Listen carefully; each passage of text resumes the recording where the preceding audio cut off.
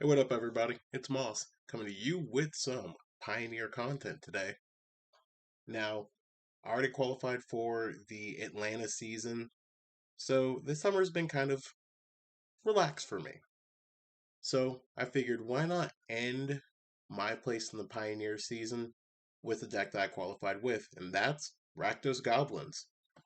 Now, the deck itself, super straightforward. It's a Goblins deck, it's aggressive. You curve 1 drop into 2 drop into 3 drop, and then just go nuts.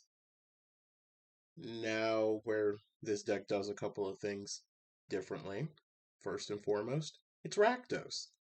So we've got 2 black cards, 5 copies total, in the main board that actually require a black pip.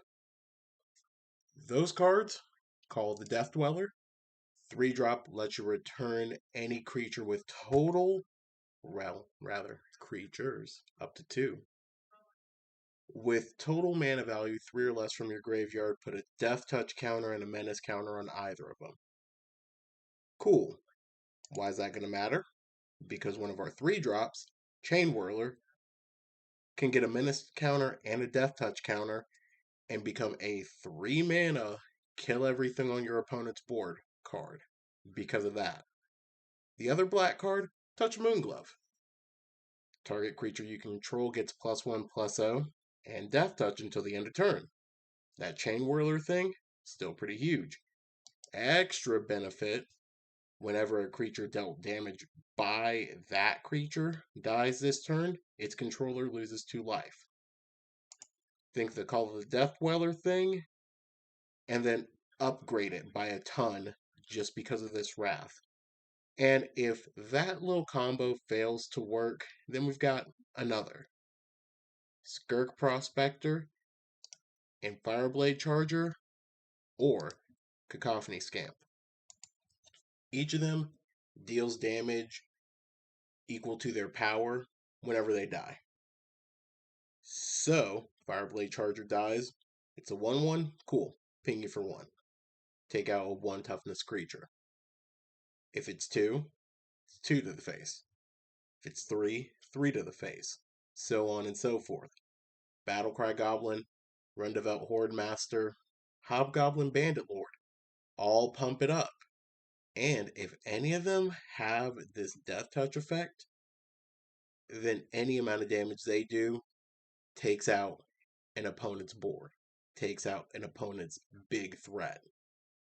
Sideboard, a lot of Rakdos things, Fatal Push, Thoughtseize.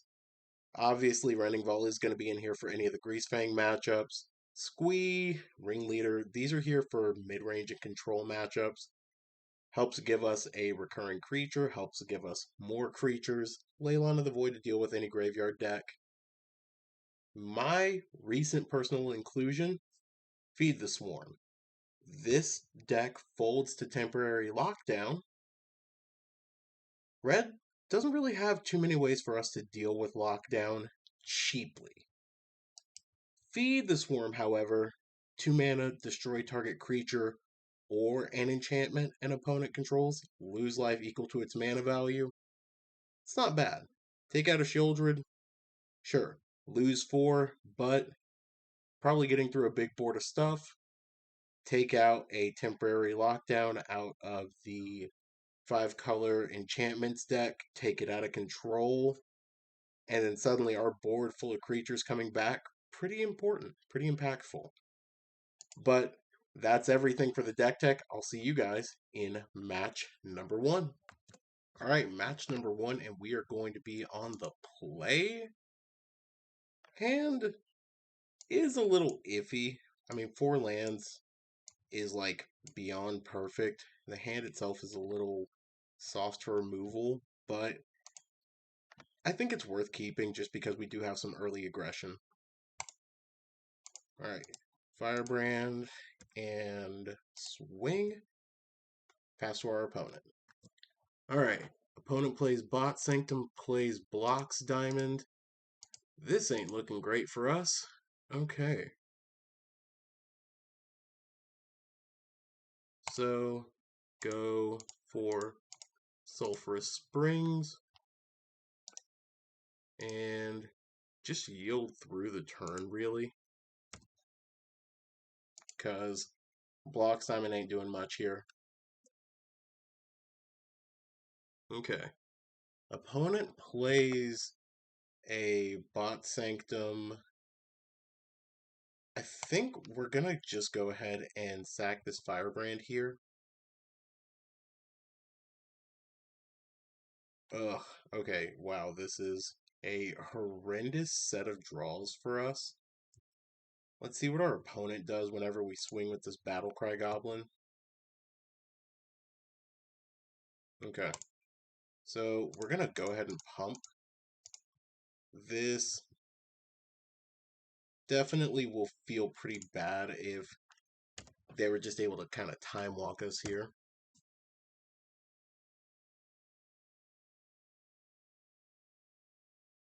Okay, opponent's got like the slowest Lotus Field hand, which is kind of surprising. Okay, play Snoop. Hobgoblin Bandit Lord definitely feels good for our opponent. Alright. Let's see what happens here. Swing, we get an extra body, which is pretty rad. Wait, opponent's casting a spell? Okay, they're Otawaraing. I mean, don't hate Otawara. Invasion of Zendikar? Interesting. Is opponent? Okay, opponent's not Lotus Field? What are they?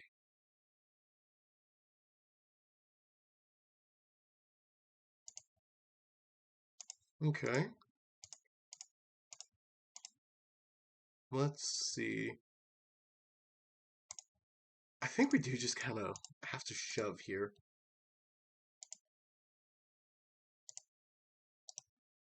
Alright. And interesting. Alright, opponent's at 2. If they, like, board wipe us somehow, we don't hate this.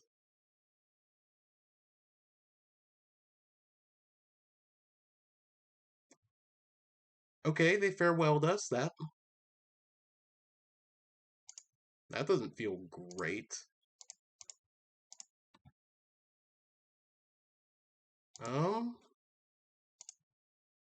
Believe it or not, don't really hate that.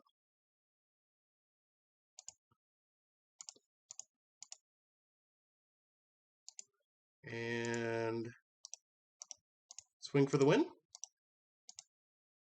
All right, we got there. So opponent's some type of like Bant control deck. This feels like a good time to bring in Feed the Swarm because that's getting us through early stuff.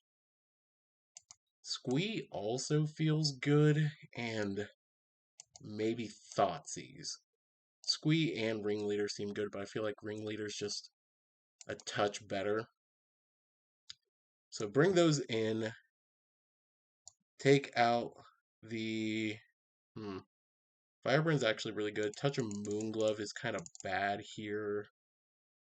And then I think we just trim across our 1-drops, except for Skirk, and take out a Hobgoblin.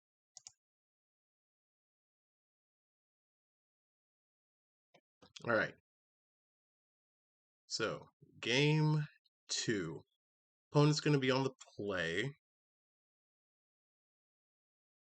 Let's see what they do here. Alright, so opponent tanked on deciding to play first, but this hand is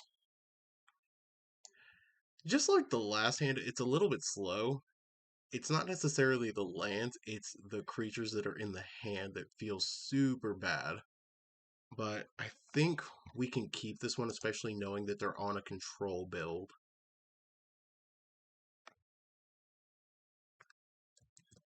Alright, opponent plays Breeding Pool tapped and passes. Alright, Thoughtseize on 1 is actually great here, because now we get to see what their hand's trying to do.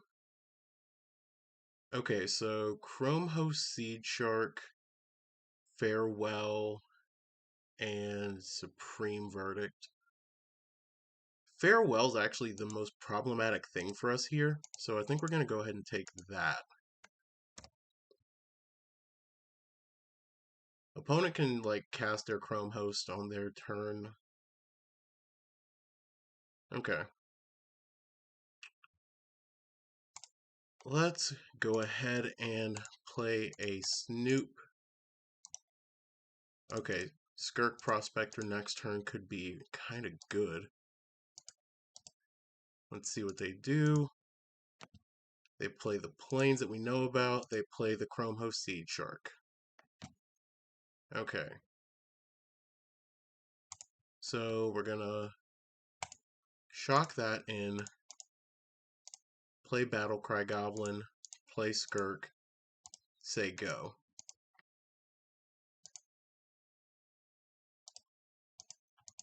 Now, opponent's likely not going to cast a whole lot here. Okay, yeah, they didn't even swing. Alright, opponent's thinking about doing something in our upkeep. Alright, the 420 Dragon is definitely dragging their hands with some of these plays. Alright, let's play Fireblade Charger. See, and this is just the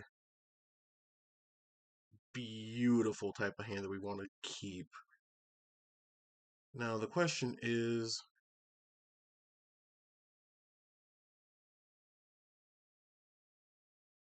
how bold do we want to be with this hand? And I think the answer is kind of bold. Alright.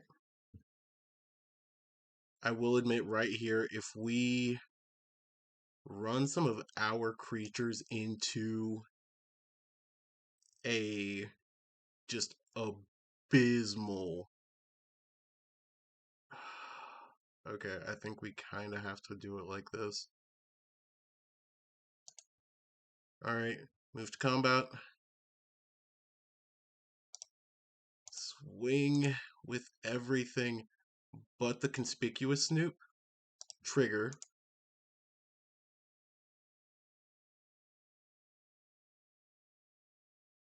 Okay.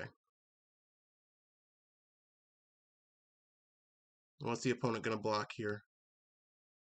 Interesting that they go for that. Alright.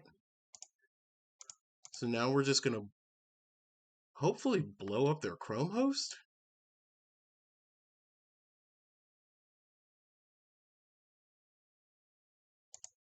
Okay, so they go for the Memory Deluge. But we're actually super okay with this. Alright. And opponent's creature dies. We're going to sacrifice that. Deal the damage to face. Play that out. And pass.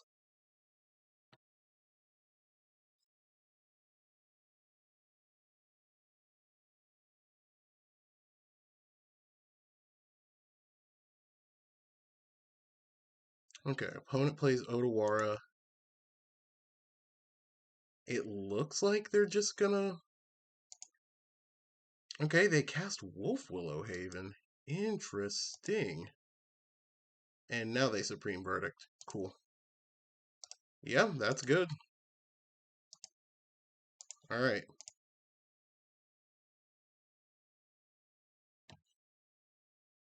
Now,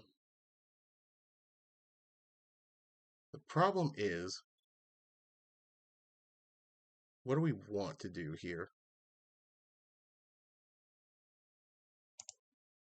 Because I think the fun move is to Battle Cry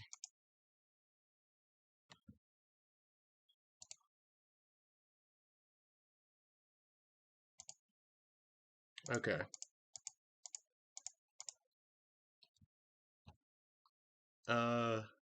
Death Touch Menace. And then we just aggro.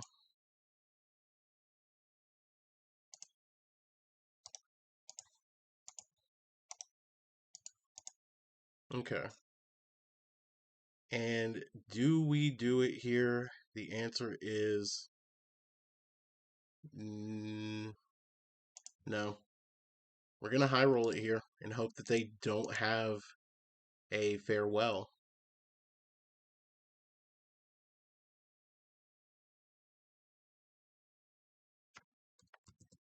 Okay, opponent's tapping. They Supreme Verdict. We're going to shoot the mana at face. Alright. Let's go ahead and get back Battle Cry and Cacophony Scamp. Can we do it? Alright, Death Touch Menace. Let's do it again. Second verse, same as the first.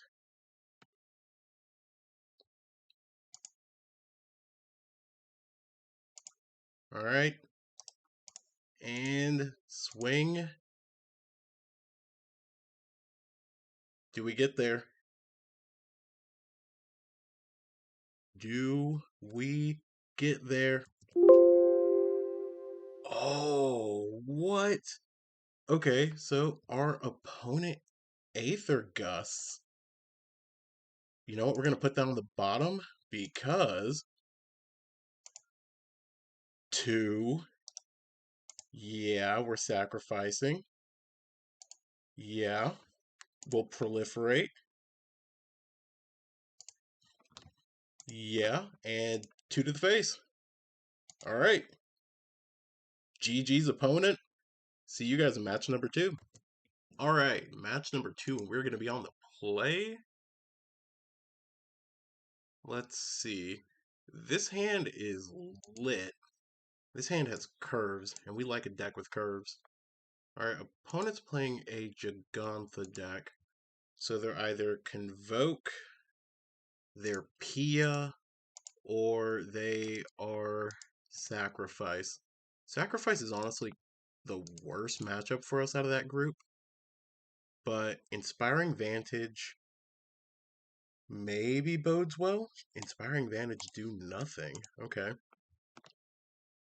No play with fire? And I mean, backup Snoop here is pretty good. Yeah, they Fiery Impulse. They Fiery Impulse. What? Okay. I forgot that that's some new tech out of the deck now that it has picked up a little bit of steam after top 8ing a event over the weekend. Okay, Swifty and Swifty. I mean, can't disagree with that. Let's go ahead and Hobgoblin though. I want to see if our opponent locks.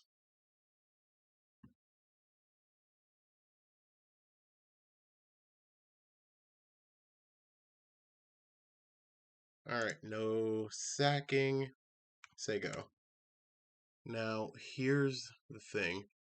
If they... Okay, they're going for Ren's Resolve. They get land and spell. Then this gets bad.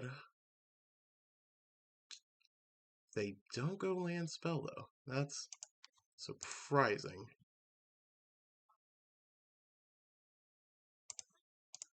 Okay.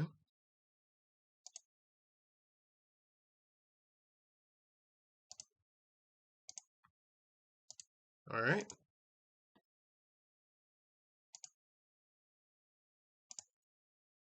Now, we're definitely going to sack this one. If only because sacking it allows us to hit a Swift Spear to see what they're going to do. They don't do anything. So, Take out both of their Swifties and pass. Going Monastery Mentor here and any spell seems kind of backbreaking. Yeah. You take Hobgoblin? No, you take a Fireblade Charger. Interesting. Again, opponent's making a lot of choices, and I don't necessarily know how I feel about some of those.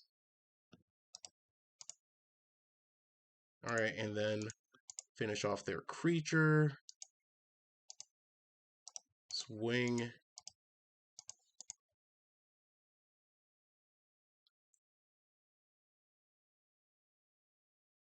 And I'm not going to sack here.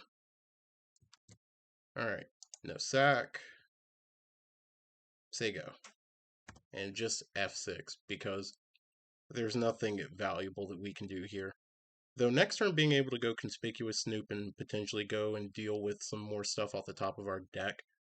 Wow. Let's see, opponent's got Stonebinder's Familiar. They've got another Chain to the Rocks, Fiery Impulse. They don't really have a whole lot to deal with our board right now, which I'm not hating.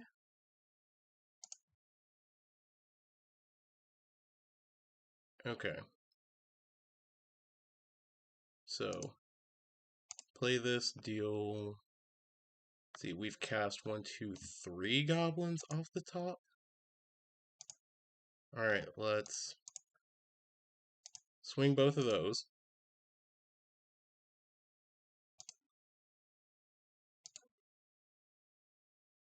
Not sacking that just yet.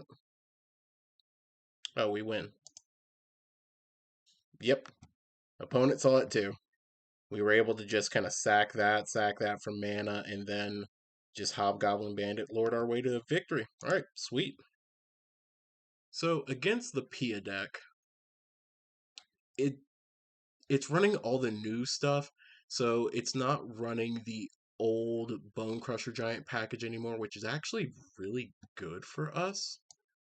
Let's go ahead and bring in Fatal Pushes and, surprisingly, Feed the Swarm, because those are really good cards for us to possess here. The worst cards right now kind of feel like Hobgoblin Bandit Lord, despite the fact that it carried us that last game, and Fanatical Firebrand.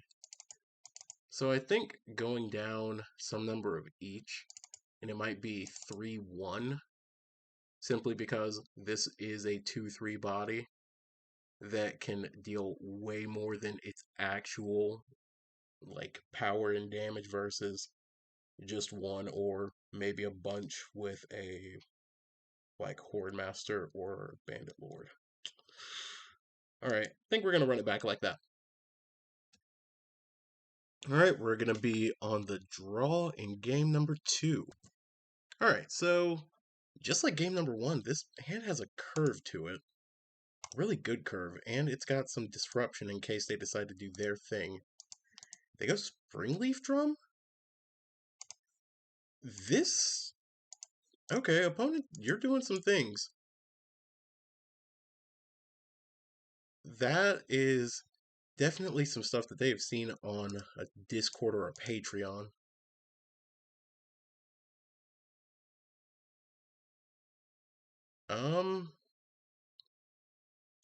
I mean, realistically, we have to go ahead and do this before Pia starts to get any value.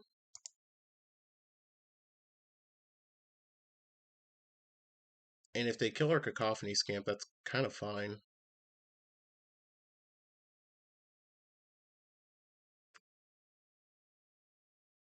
Yeah, they impulse our Cacophony Scamp. That's cool.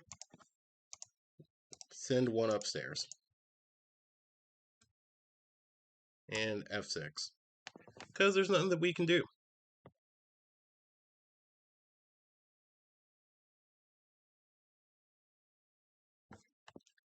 Okay, so opponent gets another Pia. We're going to play a Snoop, play a Scamp, and say go. Admittedly, going Scamp there probably does feel just a wee bit better. Alright, so they cast Ren's Resolve. They can't really do anything besides Chain to the Rocks. Which, Chain to the Rocks here really feels bad.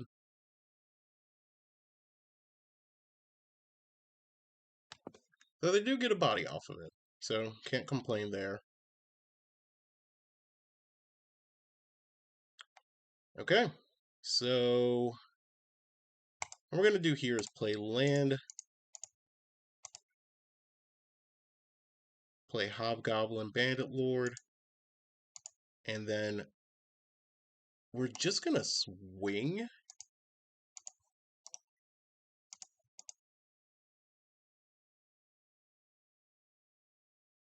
Alright. Well, we kill their Pia. And we don't feel bad about that exchange. And then if they go Pia chain this turn, that also doesn't feel too bad because we're just going to take out the Chain to the Rock.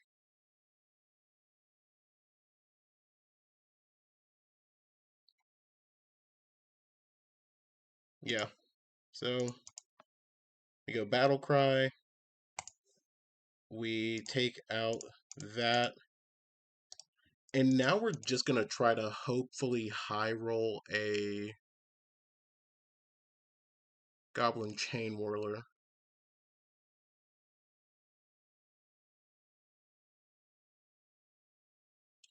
Wow. Okay.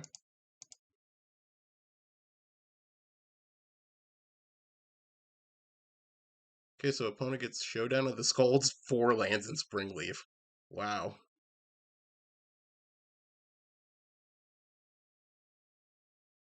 Kind of surprised they didn't go for the Inspiring Vantage there. Like, getting the extra creatures, I guess, is good. Alright. So, we're going to go ahead and just pump this. And, like, yeah, swinging with Fireblade right now into a, couple 2-1s isn't great. But, again, I guess there are worse things that we could just be dealing with right now. And we definitely can keep a more land, light hand. Hitting Chainwhirler off the top is going to be incredible for us, though.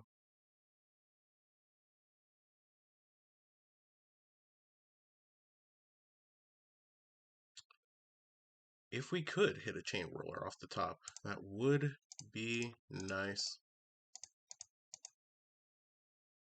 Alright, so we're just going to swing like this. And we're actually going to hold back our Fireblade Charger because having some type of blocker, especially when we are this low on life, is pretty important. Because we can take out basically anything that they're doing with their Pia here. Okay. Ren's Resolve, get a land, and yeah.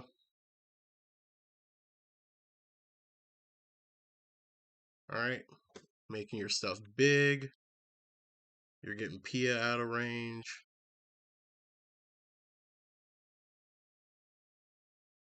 Gigantha. And okay. So let's just see what an opponent does here. Now, chances are they're gonna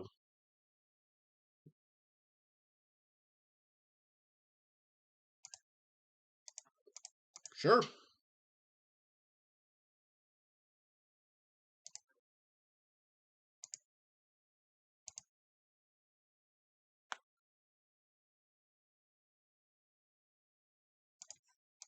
Alright.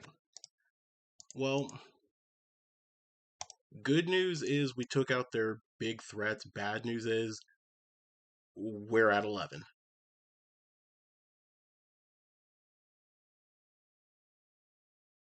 Alright, opponent's got the goods to start taking us down. Wow! Fourth Pia is insane for our opponent here. Oh my gosh. Okay. Well, I think what we need here is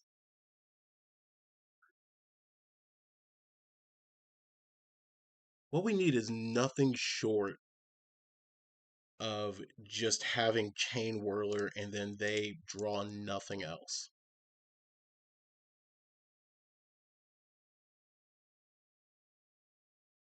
Okay, so opponent here is just gonna try to do the thing. They're probably gonna double block.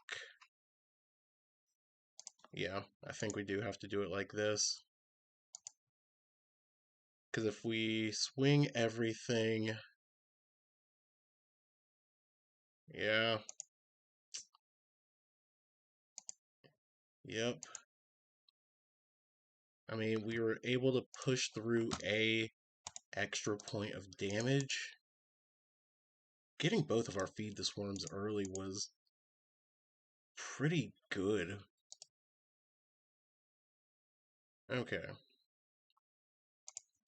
Alright, Conspicuous Snoop off the top as a start, but not the card that we need.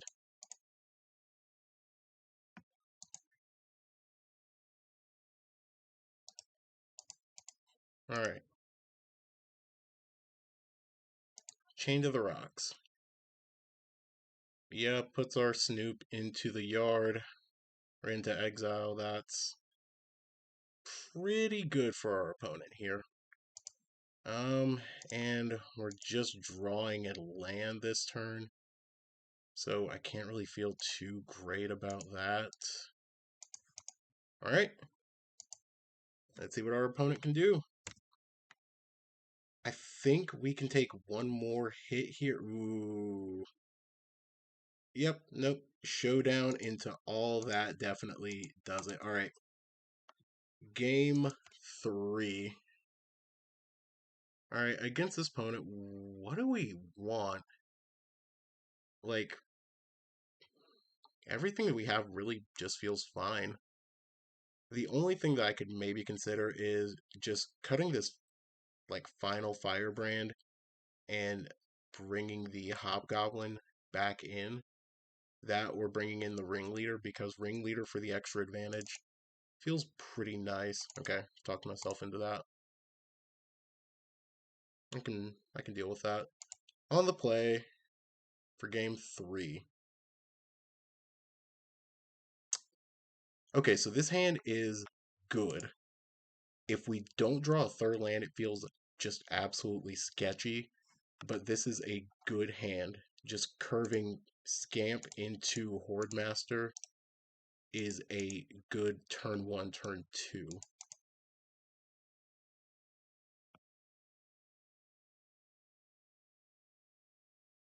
Okay, and then we get another Hordemaster off of that. That's great.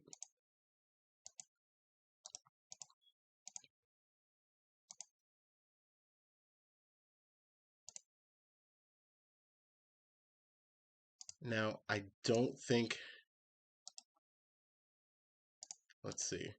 Don't want to auto no, but we're going to say no this time. But always yield to the trigger. Alright, so... if opponent wants to feed the swarm, or go ahead and cast their Chain to the Rocks targeting Hordemaster, we're okay with that. If we get land off the top, that's the best that we could be doing. this is where it gets bad. Okay.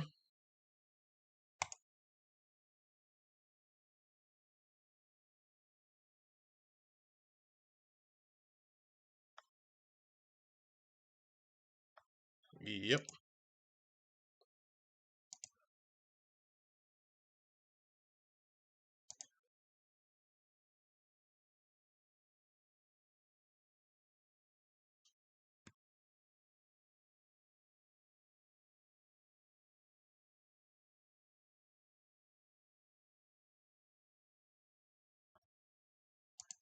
Alright, let's see. Will opponent block the Cacophony Scamp? Because now we have a pretty sick line. Okay, they didn't do it. So now we're not going to sack it. But here's what we're going to do. We're going to sack it now. Deal 1. Sack this to itself. And then we're going to call the Death Dweller back Cacophony Scamp and Hordemaster.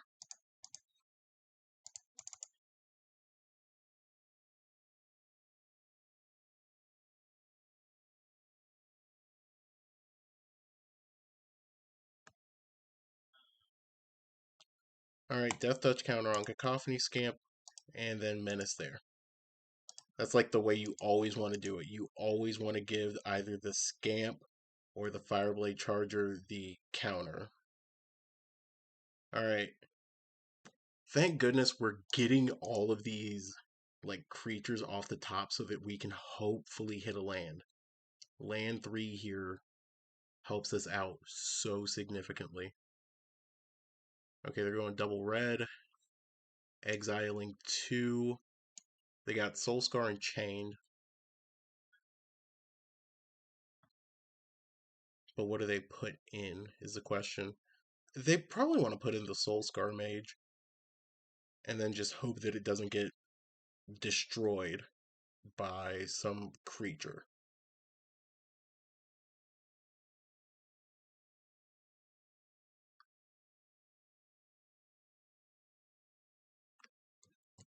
Okay, so opponent did cast Chain to the Rocks.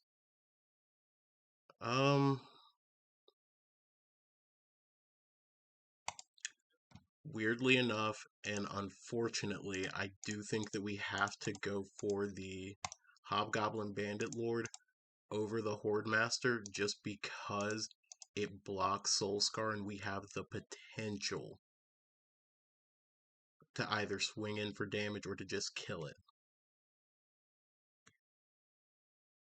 Alright, opponent casts Ren's Resolve. They get a Mountain and a Soulscar, or a Mountain and a Chain to the Rocks. They cast Soulscar. And are they casting the Chain? They don't. Okay, cool. So step 1, I think, is to just go for this. Yeah.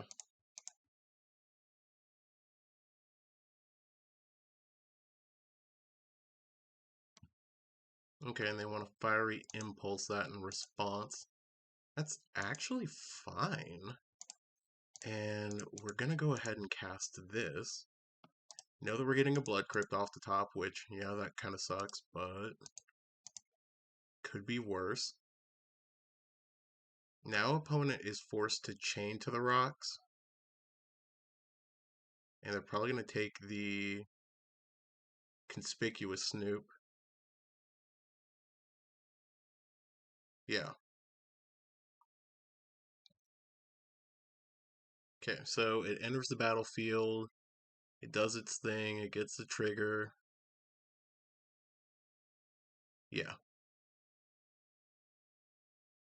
So they do exactly what was expected in that circumstance, and... Okay. We're going to take out that one. And yeah, losing a life ain't great, but At least now we know that we're not getting squat diddly off the top of our deck. Oh, this is the bad part. Okay, they cast Impulse, they get Pia Impulse. Probably just go for the other Impulse here. That way you can pump up your stuff again. Ooh, Deck and Stone. Okay.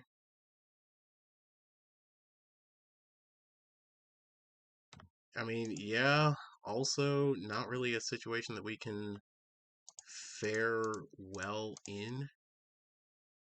Oh my gosh.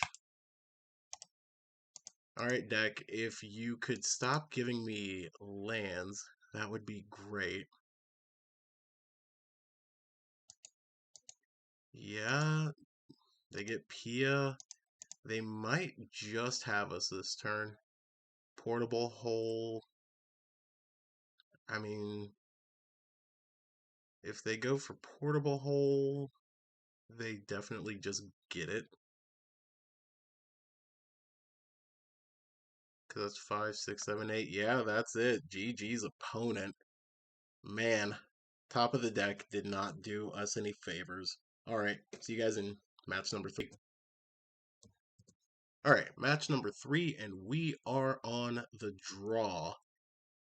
This hand is nuts if we can get like a dual land. Yeah, we'll keep this. Alright, let's see what you got, opponent. Opponent plays Island. Says go. Alright, Island go is never really that great an indicator of anything. I really want to hold up Firebrand just in case they're spirits. Lava Glide, so they are creativity. Cool. Alright, so opponent casts their card. We're dealing with that. Alright, so doing this. Admittedly, this hand is definitely slow against creativity. Alright, what's opponent doing here? They cast Ledger Shredder?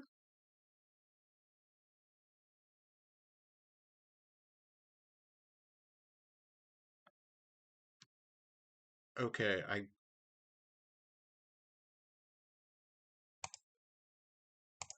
just want to go with the Chainwhirler here. Okay, so I definitely thought that they were creativity. They might just be Drakes. Which, if this is Drakes, I don't feel too badly about it. And we haven't indicated to our opponent that we're actually Rakdos yet, which is good.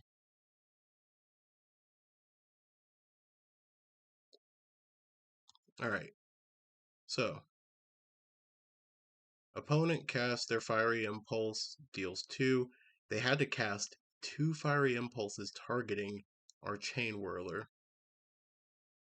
Opponent's about to find out the hard way, though, that we are actually a Rakdos deck.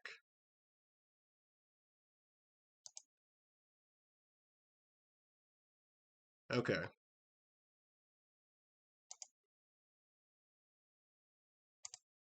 So let's go ahead and target the Chainwhirler here.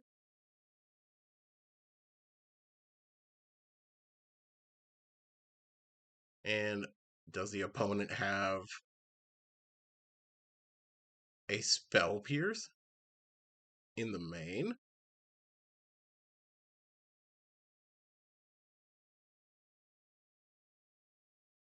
Because that stopped real quick.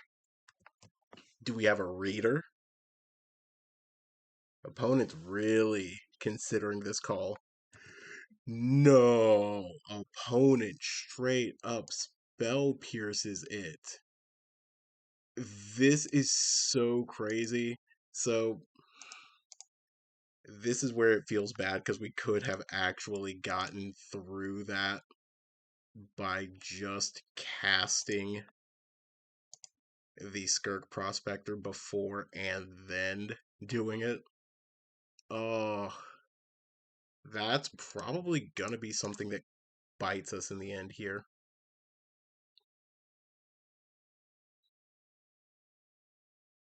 Now, thankfully, next turn we can kind of like go around what our opponent's doing.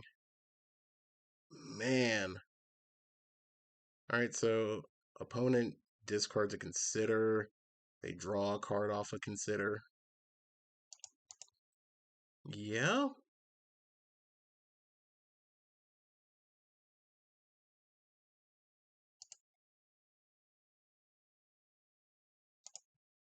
Alright, so.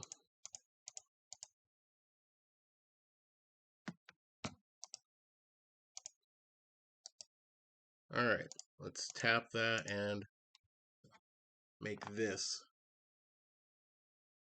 a creature.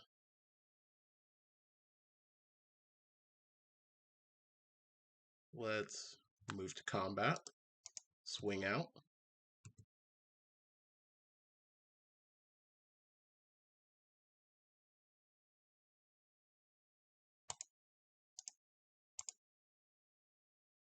Alright, and then we'll play Cacophony Scamp. Alright. So, thankfully we got our opponent down to 8, but man, this doesn't feel like the hottest matchup for us right now.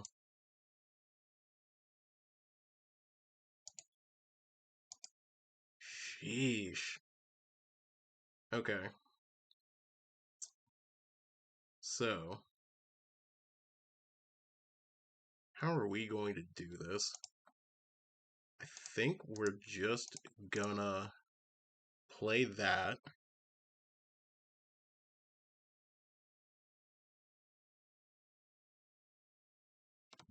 And I think we just say go here. Because there's not really a whole lot that we want to do. We are giving them a turn to draw into a removal spell for our Hobgoblin.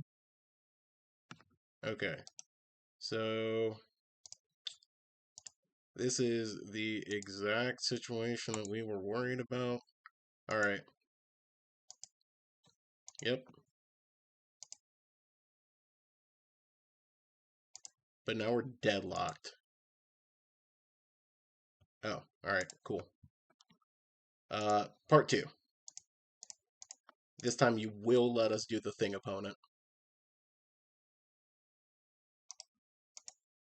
You will let us do the thing.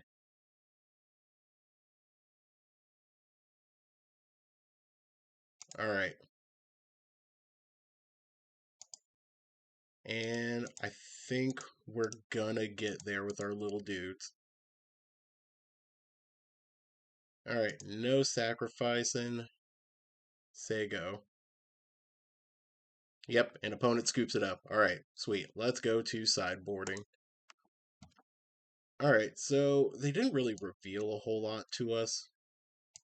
And I think we're between a handful of cards. It's Thoughtseize, it's Fatal Push, it's Rending Volley. All of these are some potential choices.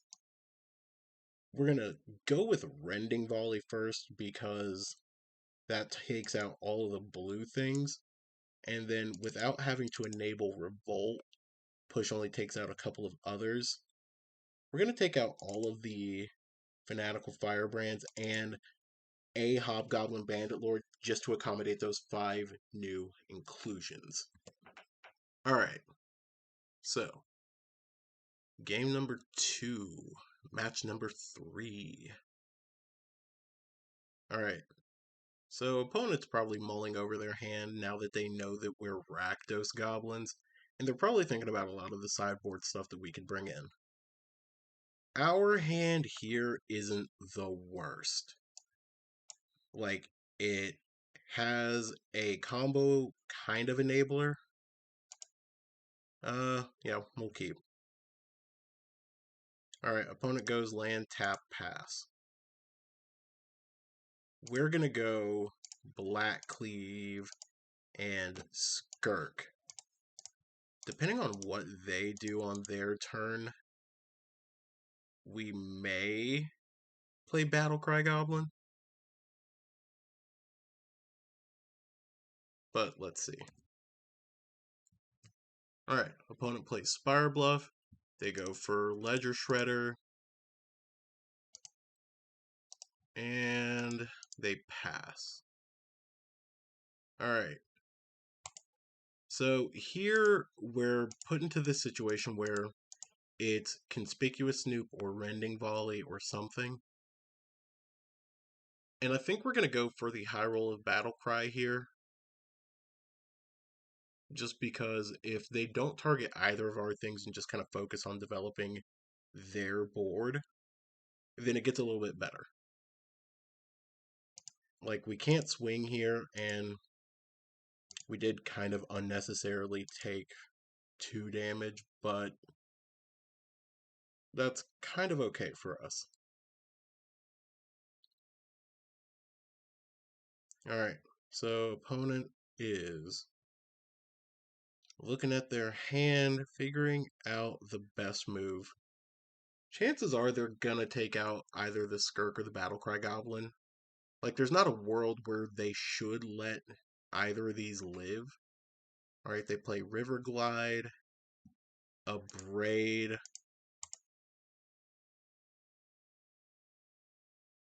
and let's just go ahead and get rid of that. Alright. So here, I think we're just going to go Battle Cry. Again, we don't necessarily want to throw our Conspicuous Snoop in front of anything unnecessarily.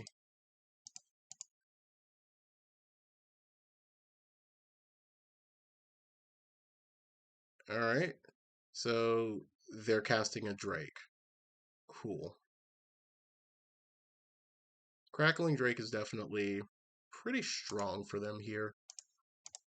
Let's see what they do here.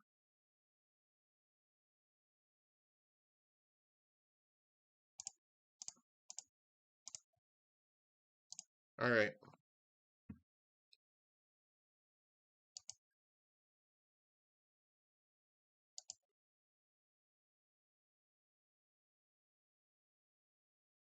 Okay.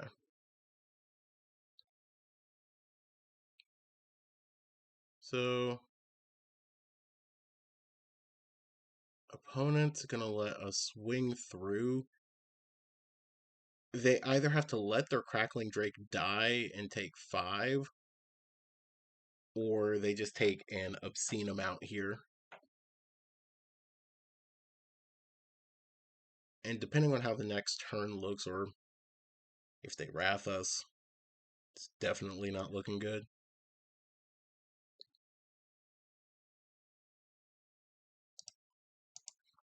Alright, don't swing in with the Hordemaster here. As great as that card could be, it's not breaking through their 1/4.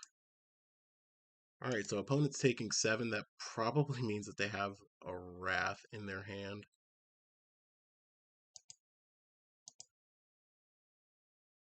Okay.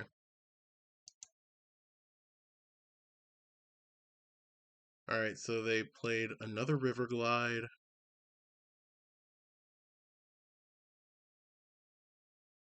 Alright, they cast Consider.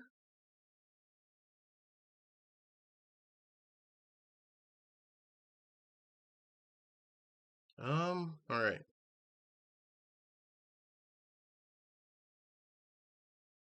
Consider, and what else? What else are they doing here? 2 mana. Cast a Ledger Shredder. We're cool with that.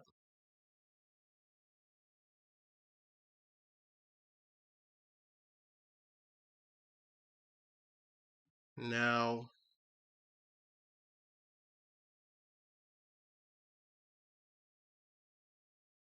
if we get untapped land off the top, going Chainwhirler, Haste Chainwhirler is insane. I would like to just be able to swing with the creatures that I have.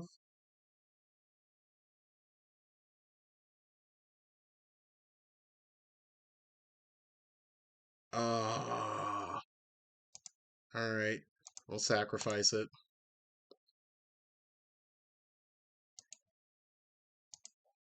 Okay.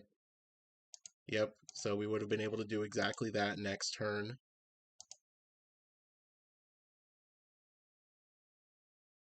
Okay, so...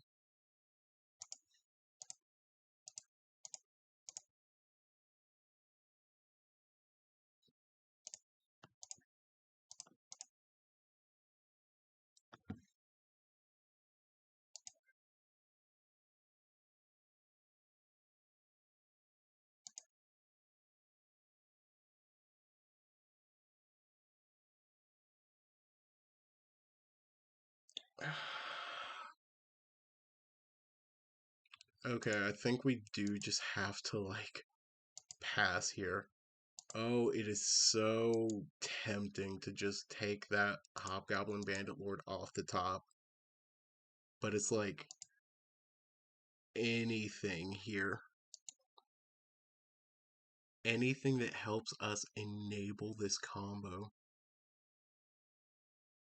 can go so unbelievably hard.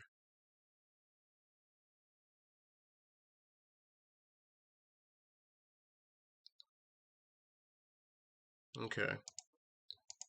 So I'm actually fine with this.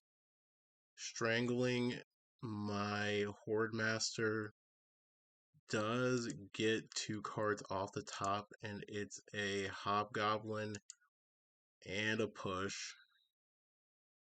Okay, that doesn't feel super great.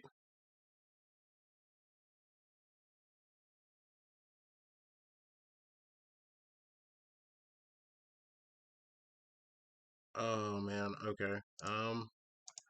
Let's sack that.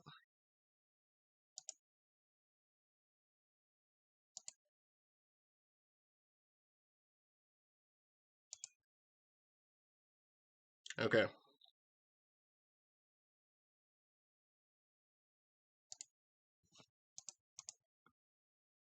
Okay.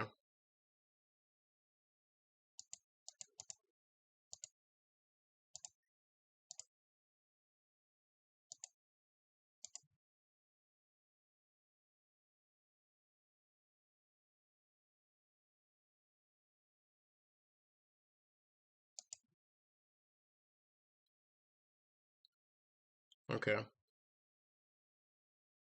So, how does this go for us? Alright. We're gonna swing out.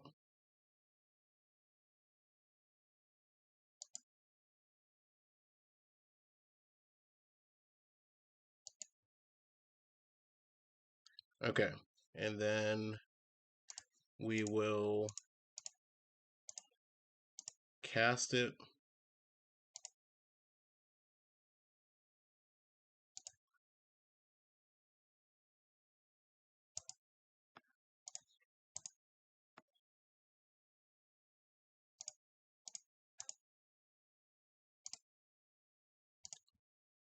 Get back Chainwhirler. Let's do the combo.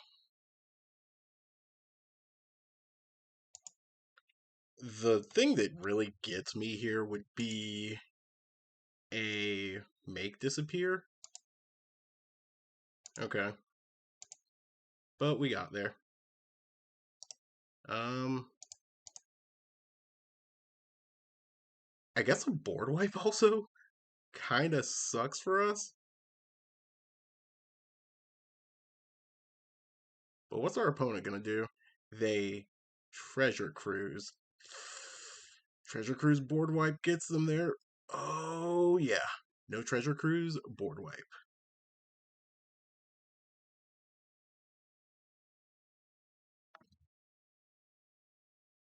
Alright. So Skirk.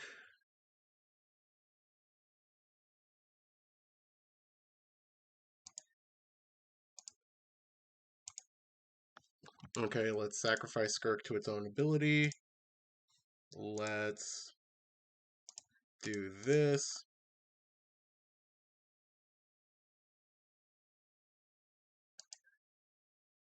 And just swing.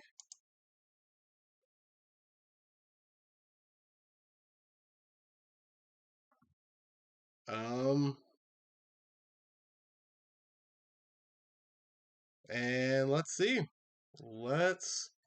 Yeah, all right. Opponent sees no lines. All right, that's it. Game 3 is really what sealed it. Game 2? Game 2. Wow. All right. See you guys in match number 4. All right, match number 4. And we have a hand. So, sequencing the lands matters, but having Touch of Moonglove here is actually pretty sick. We'll keep it.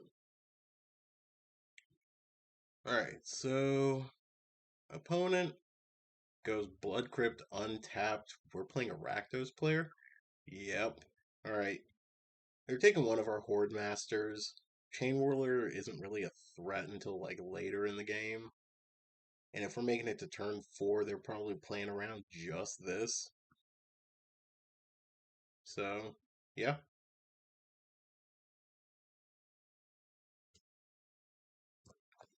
Okay, so they took a Hordemaster. That kind of bites.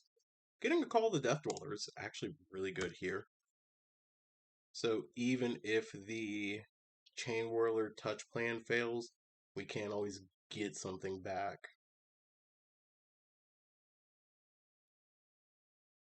Alright. So, opponent plays Blightstep. Opponent gets their Blood Tithe. Blood Tithe? Blood Tithe. Opponent's really thinking over this decision. Opponent casts nothing. Wow. Okay. Yeah, we're just gonna go ahead and Cacophony Scamp here. You sure casting the Hordemaster would have been better because it's less information, but it's fine. Alright, opponent's going to play their Fable. That's fine.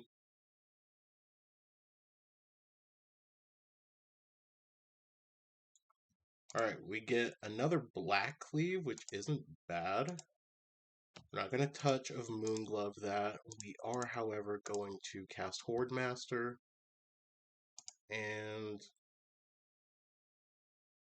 again, they know more of the cards that are in our hand, but again, sequencing the lands is important.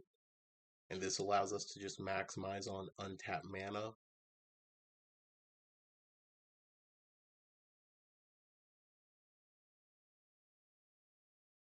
Alright, so let's go ahead and swing. And is the opponent going to take it?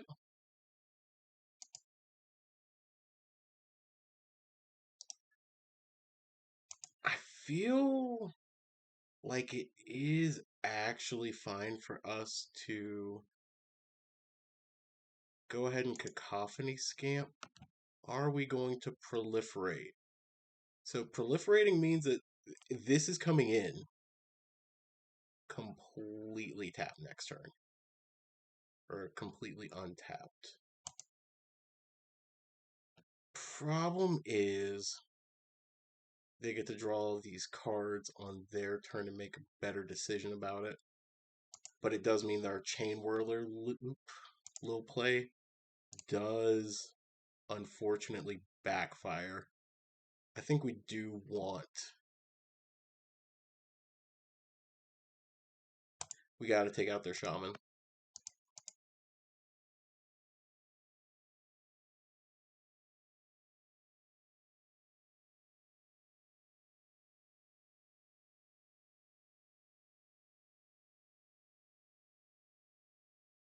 Alright.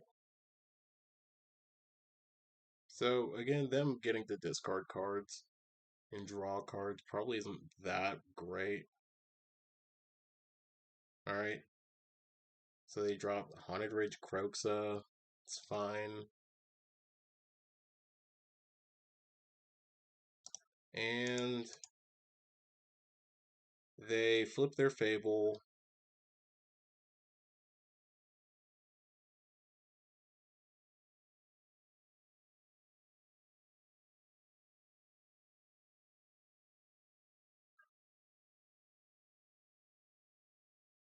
Now, it would be great if they tapped out and played like Shelly here.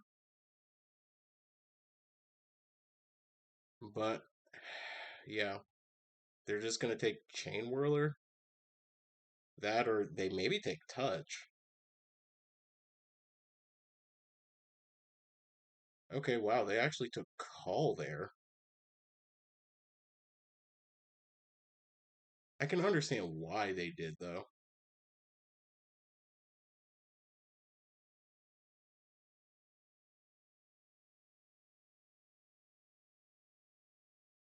And this stops, you know, any shenanigans. Now, unfortunately, I do feel compelled to do this Touch of Moonglove play here. So, hold control.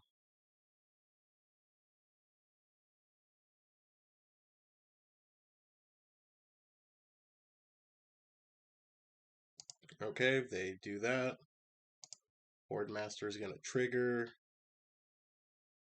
They get Fanatical Firebrand.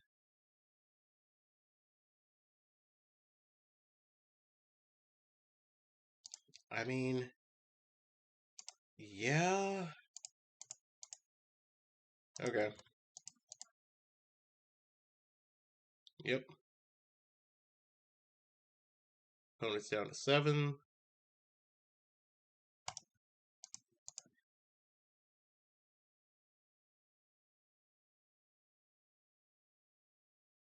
Now, what I can say is if they do play the Murderous Rider here, we get to untap and play. Well,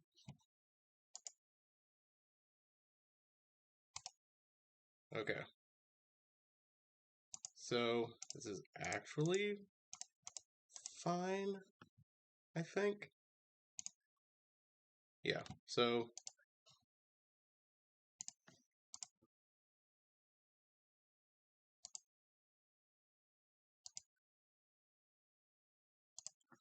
swing here.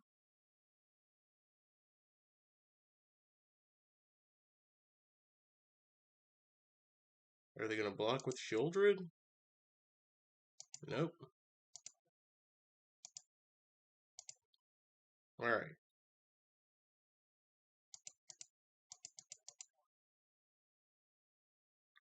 So, now...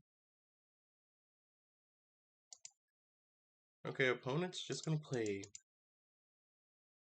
that and pass?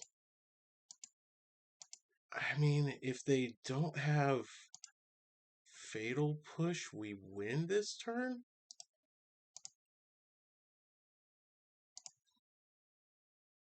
Okay.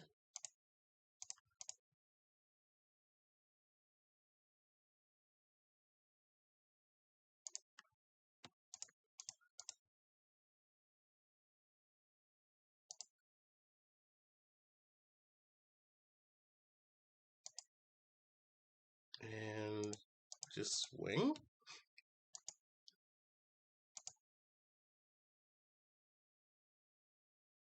Because either way, they've got lethal coming at them.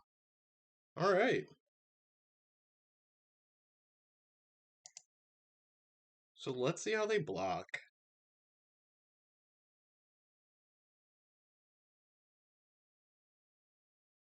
Yeah, alright, sweet. GG's.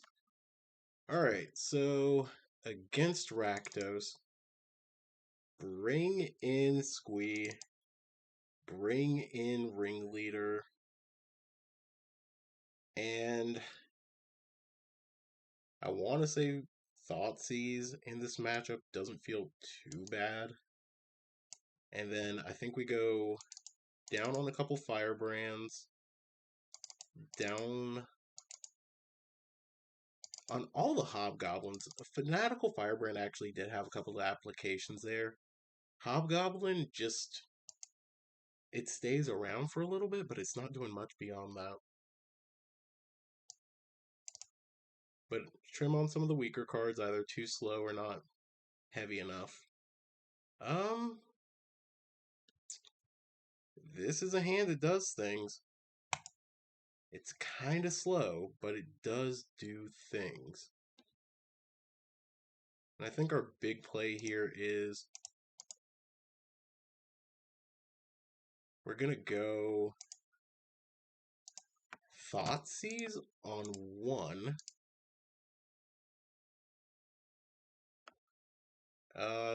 Take out Fable.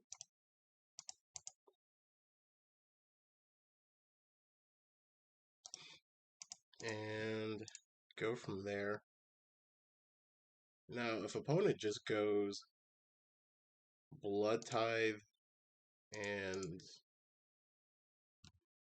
Oh, okay, hold up. Cacophony Scamp.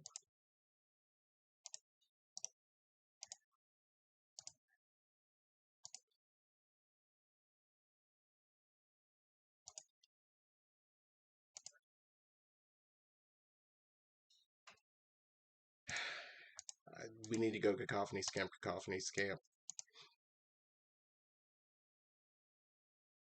As cool as it would be for them to just go...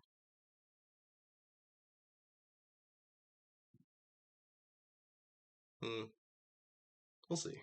We'll see what they do.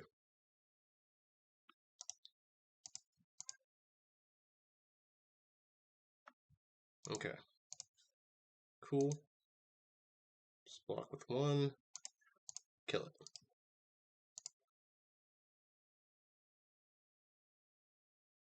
Okay, they play Swamp. And then they go Harvester. Or Trespasser. Okay. So, let's see what they do here. If we just swing 1. Because chances are they will be tempted to block. Good. Alright, let's do that.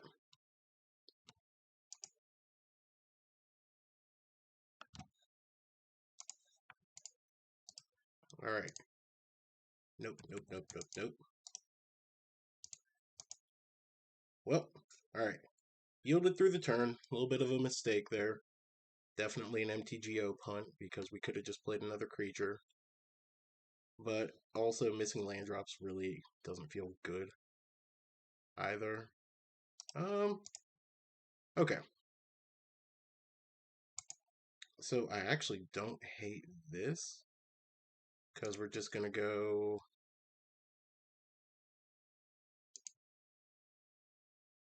Scamp.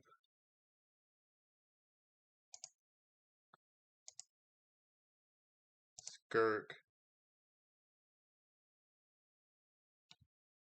And pass.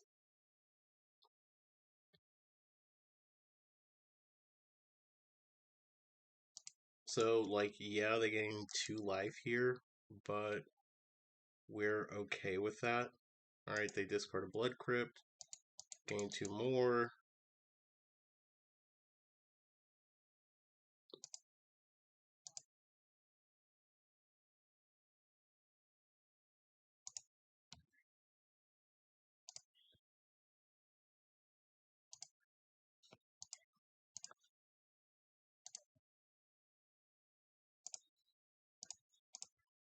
Alright, let's go ahead and do the touch here. 2 more at face.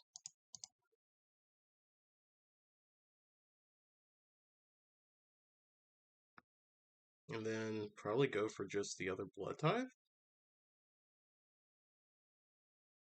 No, opponent goes for another Trespasser, so take the Cacophony Scamp. Yeah,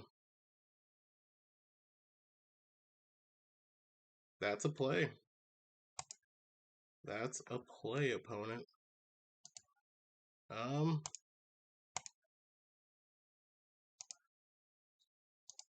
mean, let's do it. And then we'll just boom, boom. Take both of those, and I mean, one of the things we could have done there is just held the land. That way we can just go and immediately sack this, but we did cast a spell, so I don't feel bad about doing this like we did. The only problem is if they do fatal push it, then we have nowhere for the trigger to go but face, unless they play this Blood Tithe Harvester that they have in hand.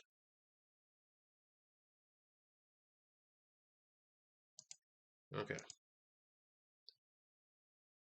So opponent swings. I'd be surprised if they ate something out of their yard. Okay, so yeah, they're doing that. They'll eat that, they'll go ahead and play their Blood Tithe out this turn. I'll deal one to the face. So now we just need some draws to kind of get us back into this game. And there are a number of those.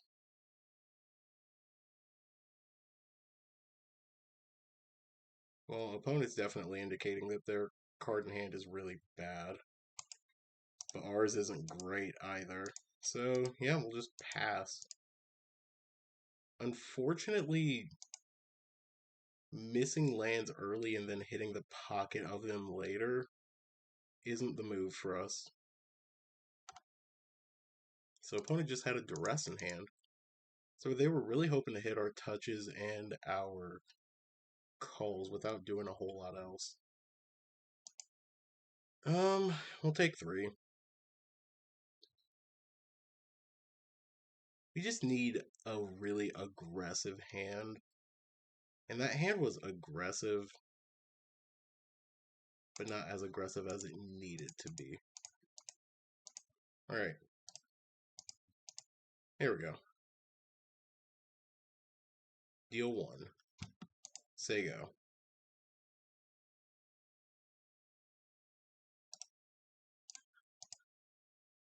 Alright. Opponent played land. They're drawing a card. They need like a good 2-mana removal spell. Because at least Chainwhirler stonewalls most of their deck. We're going to hold on to this and pretend that we have something. But it just doesn't feel great to even pretend to hold something back here. Okay. Opponent plays Misery Shadow. That's good. Alright.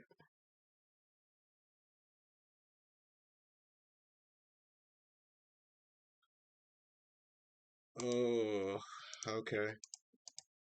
Well, now we are feeling the downside of this deck. We gotta hit something to get rid of Misery Shadow because that's the card that will just hold us back the most here.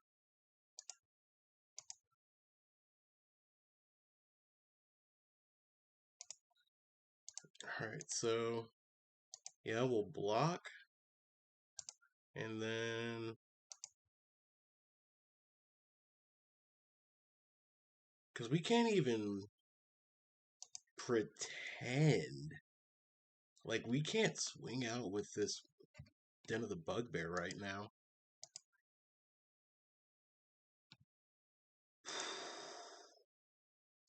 Alright.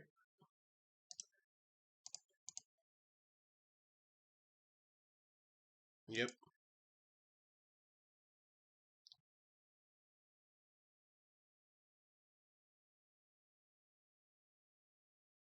Takenuma. Takenuma Languish? Okay. Fatal Push, Languish, get a Shelly back to your hand. Is there anything that we can do? I don't really think that there's a lot that gets us out of this situation. If we can start top decking some creatures to help us chain spells, then I feel better about our position. But I don't know if that's really going to do a whole lot.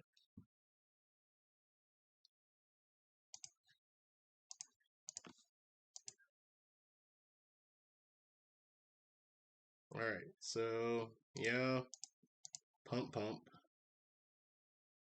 Yep, they do their thing.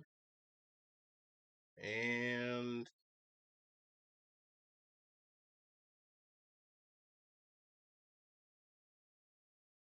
yeah, play the Shelly.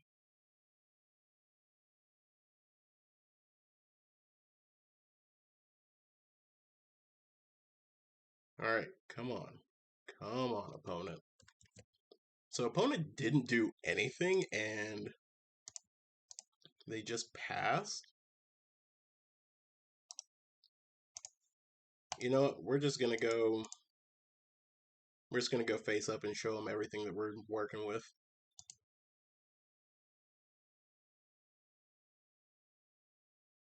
Now, they're gonna draw, go to 8. And this just feels like insult to injury. Going to 8 and then playing a Shelly the next turn.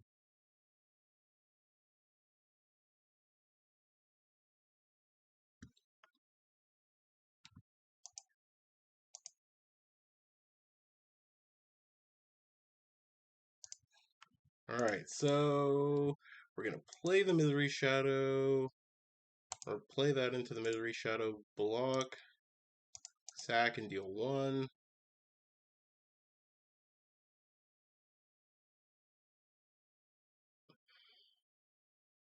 Problem is, though, okay, another Chainwhirler really doesn't do it. Yeah, I think we're actually just going to go ahead and we're going to play it out. We're going to see if they see the line that is just attack with 2 of their creatures. But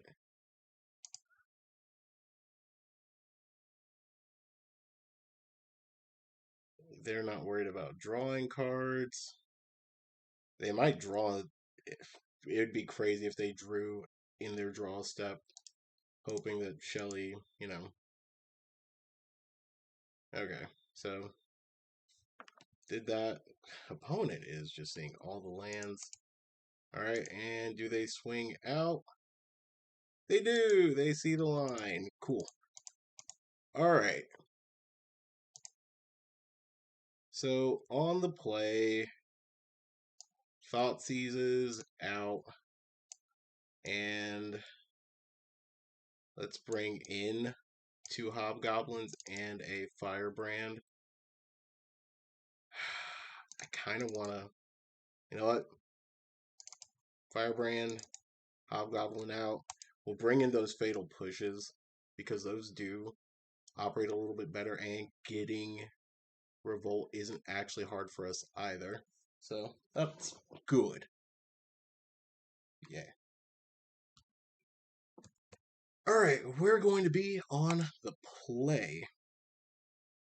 Hand's garbage. Hand is also not great, but we can't mulligan harder than this. So we're just going to go ahead and cast the Skirk and say go. Now, a single Fatal Push here is going to really disrupt our game plan, which is unfortunate. Alright, opponent goes Thoughtseize. They're taking the Cacophony Scamp. I don't think that there's a world where they take the push ever. Alright. Now we're just gonna not reveal information and hope that we top deck some stuff. I mean, we started our hand with 3 lands, and bottomed 1 on our mull. So we've now seen land 5 out of 21. Gotta be gas somewhere up top.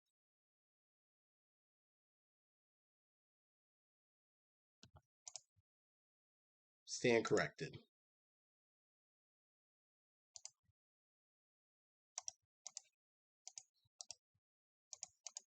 We have now seen 6 lands out of 21.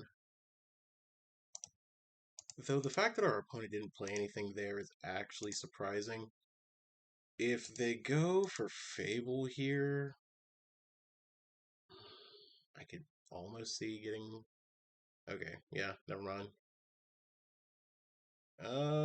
Let's see what the play is on our turn. Oh my gosh. You know, I did want something outside of lands, so deck is still doing what I asked it to do.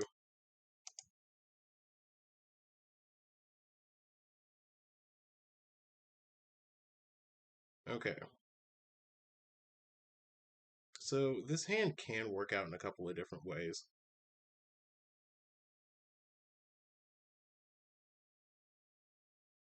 Interesting to see what they're about to do here. Okay. Well.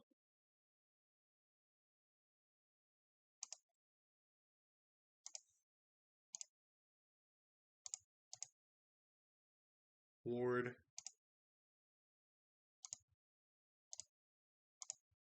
Yeah, I'll happily sack it to itself. You're not getting anything off of this.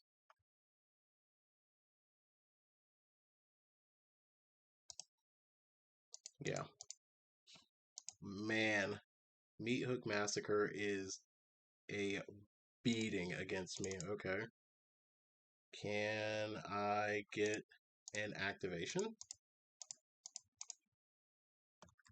If I tap my mana the right way?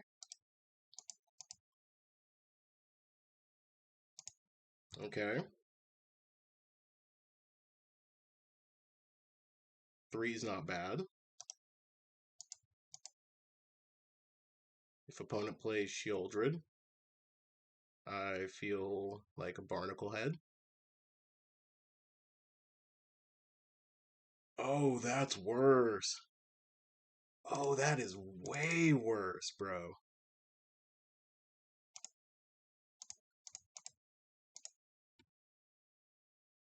Oh. Kalitas is way worse right now. Okay, so 4-3. I mean, I wouldn't block and just hope that I start top decking removal. Because Kalitas shuts down my Hordemaster. Yep.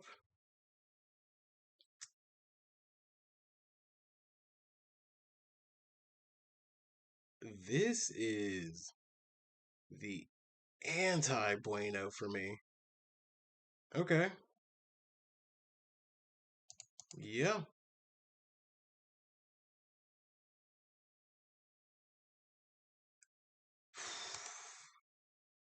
You know, turns out that that's not a great combination of stuff either. Alright. I think this is where I get got. Like, let's see where the opponent goes with this. I could maybe take one big swing. But then I have to have next level top decks. Okay.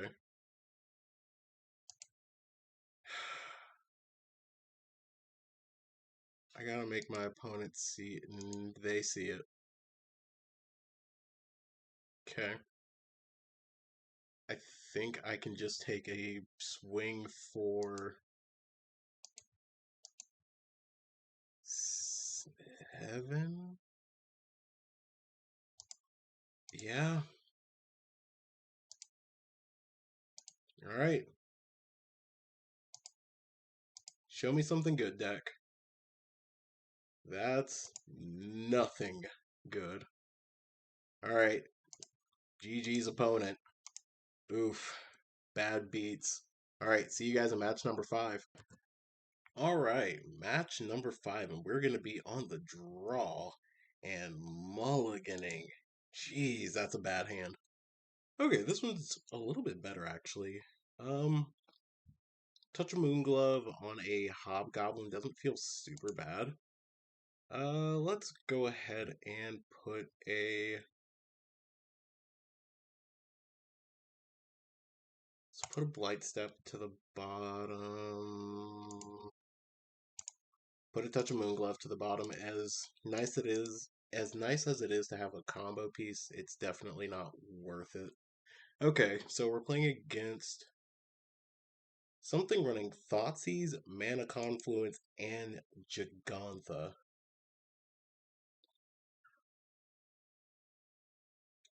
If I didn't know better, I would say Greasefang.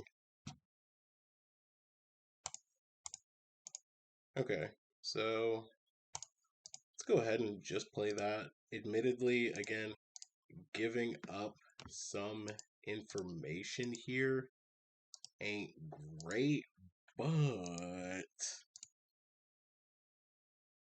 it's better than potentially missequencing. They know that we just top decked a land.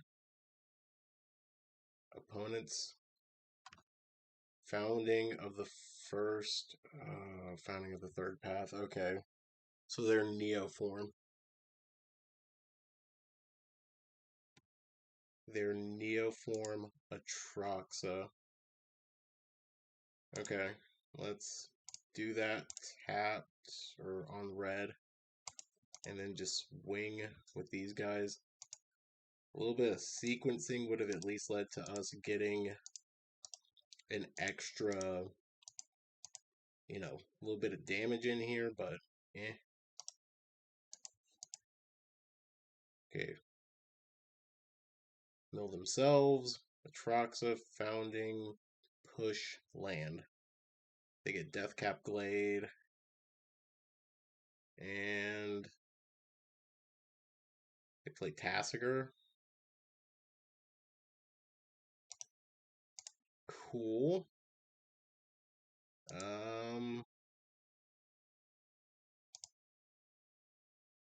Like, I really don't want to give them anything here.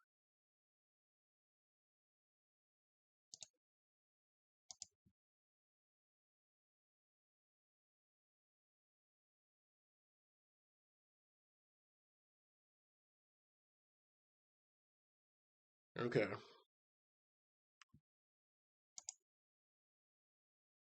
Okay, so let's just send that up to face. I guess. Alright. Opponent plays Tide Channel. Passes. Okay.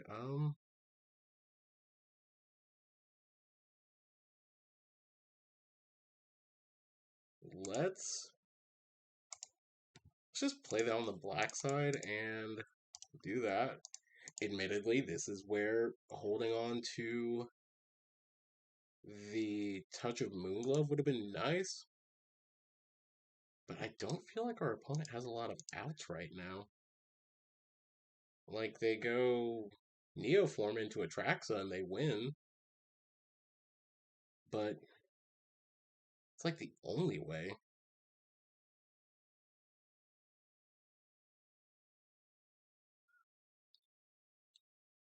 Okay, they play Hooting Mandrills. Okay.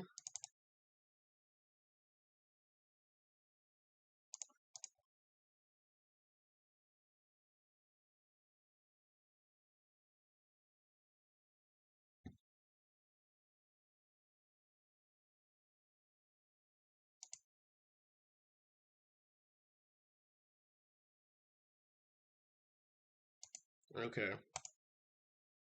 So, I don't know what I do here. I feel like I just pass.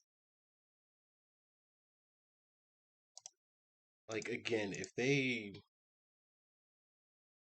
Neoform here, they win unless I just get a really great set of draws after Conspicuous Snoop.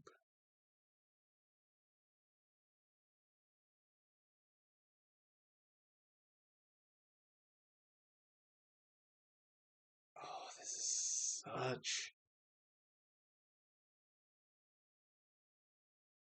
such a hard set of draws. Okay. So like, yeah, I do this.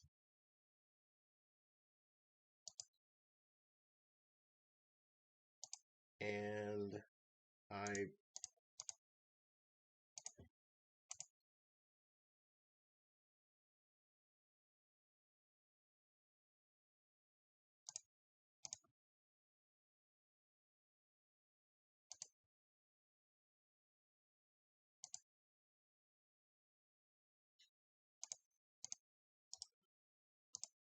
okay. This game has been so odd. Okay, opponent cast Consider. Do they have a board wipe? Okay. Sweet. Alright, on to sideboarding. Biggest things that I just want to bring in here. Leylines and honestly, I think Feed the Swarm. Feed the Swarm probably feels like the best inclusion just because it does actually hit a track, so sure we lose a crap ton of life, but like could be worse. Alright, we're taking out all the Firebrands and a Hobgoblin Bandit Lord. In fact, we'll just leave in one of each because Firebrand did help us out that game, so give it some respect where respect is due.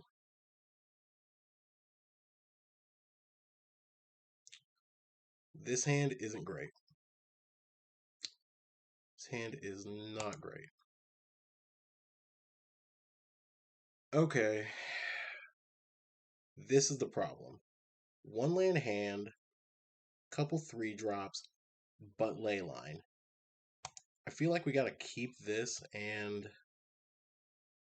put the Chainwhirler at the bottom, and then we'll throw that in play. Alright. And now our opponent's definitely going to be probably backpedaling just a wee bit. Okay, so getting the extra land here is good.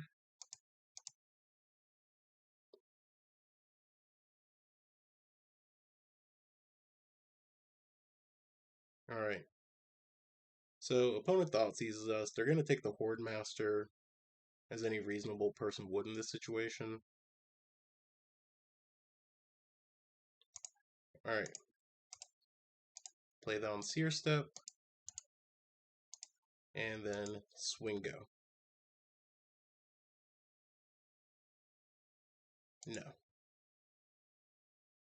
Like, we're going to be in a position where we're not really sacrificing Cacophony Scamp at all in this matchup. Alright. Shock and Overgrown Tomb. Put Jagantha in hand. Alright.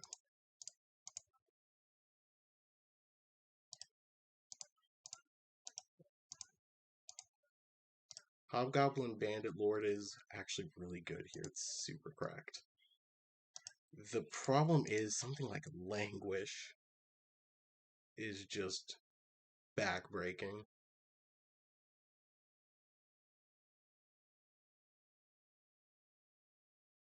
Okay, opponent cast Strategic Planning. 3 cards entered the exile zone. Okay.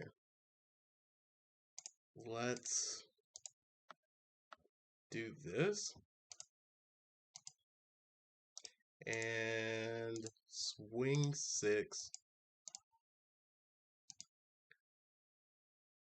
Alright, no blocks, no sacrifices. Alright, opponent plays a Mana Confluence, And they scoop it up. All right. Got the 3-2. See you guys in the wrap up. All right. So, what do we think of the deck? Overall, it's another good 3-2. And this deck has already had a pretty good showing, not only with just my RCQ, but with just the number of people that have been taking it to different local events and RCQs this season and doing really well with it. I do think that this deck is probably the worst Rakdos aggro deck that you could be taking to anything. Obviously, if you're planning on taking an aggressive deck, which is something that you should be doing, and you're wanting to be in Rakdos colors, taking Sacrifice is probably the better option, just because it's more reliable. As we saw here, not really having a strong ability to draw cards, especially your combo pieces in particular situations, hurts, and the reliability of Sacrifice is a lot higher in that regard. But when it comes to like every other deck in the format, this deck just sweeps over them.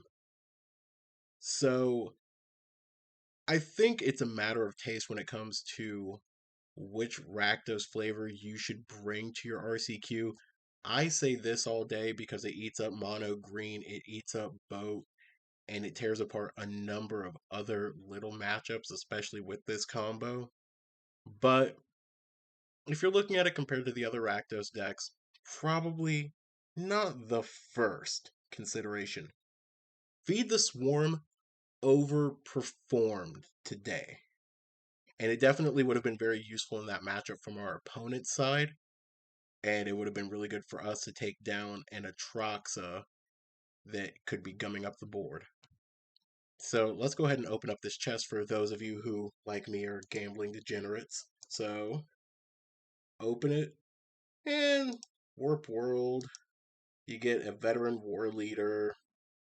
Nothing too great, but sometimes that just happens. At least we got the chest to open. So don't forget to like and subscribe to our channel, and I'll see you guys in the next video. Peace.